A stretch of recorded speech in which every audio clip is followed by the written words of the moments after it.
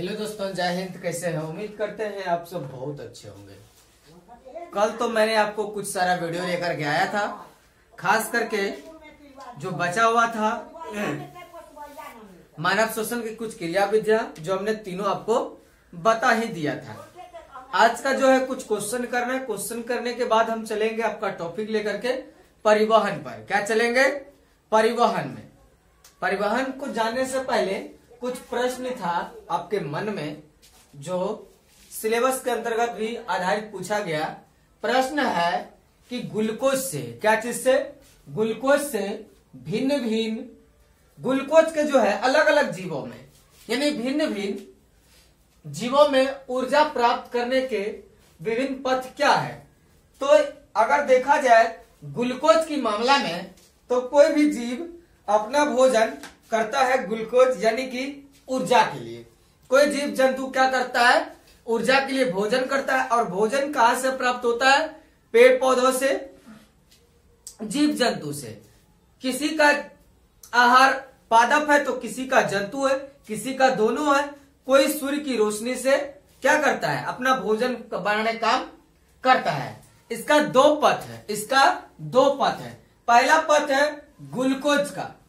Glucose का क्या है कि 6 कार्बन का अणुओं में, किसमें?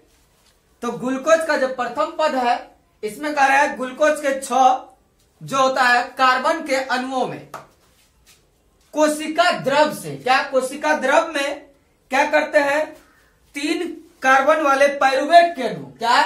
3 कार्बन वाले पाइरुवेट के अणु इसमें क्या होते हैं?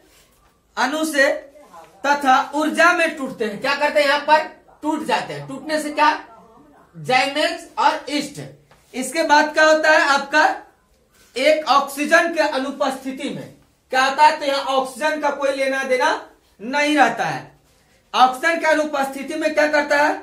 तो कार्बन डाइऑक्साइड और ऊर्जा में टूट जाता है। और टूटने के बाद ईस्ट में, क्या? ईस्ट, यहां पर ईस्ट की चर्चा है, लिखा हुआ। तो ईस्ट में क्या होता है? तो ईस्ट उसके साथ साथ क्या होता है कि जैमेज नामक एंजाइम की उपस्थिति में क्या करता है? होते रहता है। इस फॉर्मूला को अगर कहा जाए तो इसका नाम हम लोग किण्वन भी दे सकते हैं। क्या दे सकते हैं? किण्वन। किण्वन, कोई दिक्कत नहीं। तो किण्वन भी हम लोग दे सकते हैं। इसको क्या कहते हैं? किण्वन कहते हैं। क्या कहते हैं? किण्वन कहते हैं।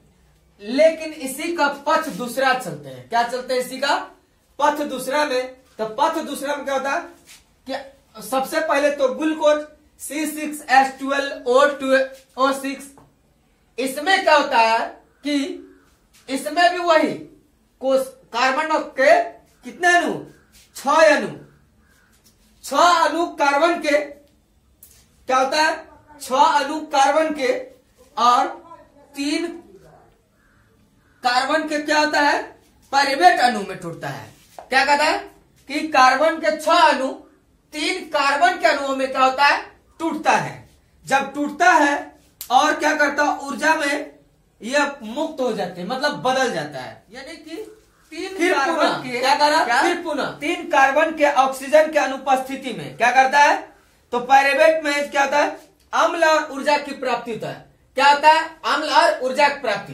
तो अम्ल का है लैक्टिक अम्ल प्लस ऊर्जा में बदल जाता है।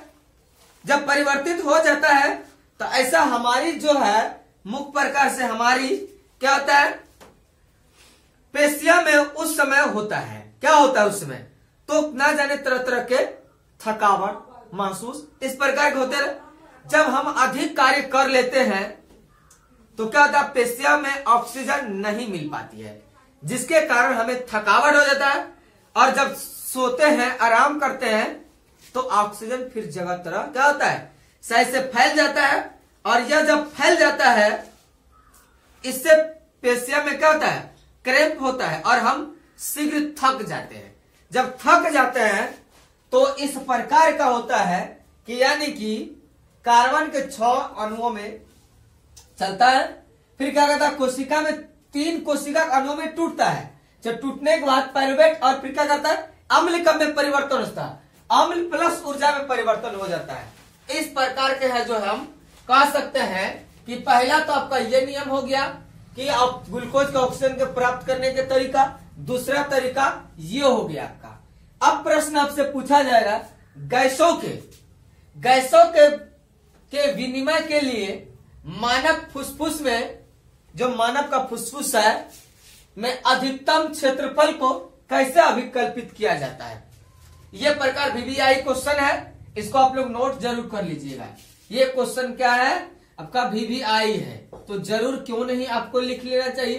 तो VVI है, इसमें यही बात कर रहा है मुख्य रूप से क्या होता है कि इसमें जो है वही हो रहा है कर मानव फुसफुस में अनगिनत कुपिकाएं होती है, इसका आज तक गिनती नहीं हो पाया कितना है, असंख्य। इसको देखने के लिए फिर माइक्रोस्कोप के हमको मदद लेना ही पड़ेगा, तब जाकर के पता चलेगा। यदि इनके सम्मिलित क्षेत्रफल का आकलन करें, अगर इसको एकत्र करके मिलाया जाए उस परिस्थिति में, तो वह 80 वर्ग मीटर के बराबर होता है। कितना होता है? 80 वर्ग मीटर के बराबर होता है।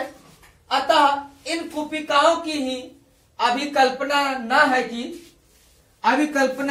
है कि हमारे फुसफुस यानी फेफड़े का क्षेत्रफल अधिकतम हो जाता है, यानी कि डायवर्सन हुए फुसफास करते रहता है, यानी आगे पीछे का धड़कन कांपने लगता है। इस प्रकार का अक्सर देखने को मिलता है। एक प्रश्न और आपसे पूछा जाएगा परीक्षा में कि बताइए, अच्छा एक बात बताइए, पावर हाउस किसको कहा? माइटोकॉन्ड्रिया का पावर हाउस कहा। क्या कहा? माइटोकॉन्ड्रिया का कोशिका का पावर हाउस माना जाता है। ये तो हम लोग बहुत पहले भी बचपन में भी पढ़े थे।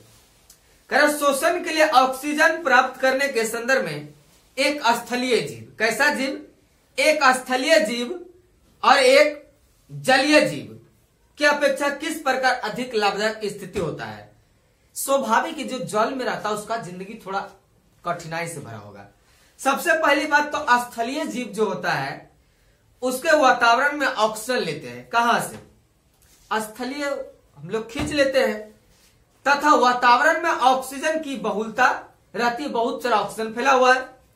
लेकिन ठीक इसके विपरीत, क्या? इसके विपरीत जलीय जीवों में क्या होता है? घुलित ऑक्सीजन का उपयोग करते हैं। जो जल में घुला हुआ जीव ऑक्सीजन है उसका उपयोग क्या करते हैं?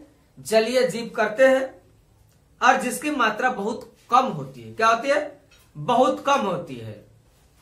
यहीं पर स्थलीय जीवों की जो है ऑक्सीजन का अवशोषण विभिन्न अंगों से द्वारा किया जाता है, और सभी अंगों में सतही क्षेत्रफल होता है। क्या होता है? सतही क्षेत्रफल को बढ़ाने की क्षमता होता है। मनुष्य नाक से लेते हैं, और मछलियां गलफड़ से, मेढक आप लोग पानी में देखेंगे बुलबुला छोड़ते हुए, ये क्या है?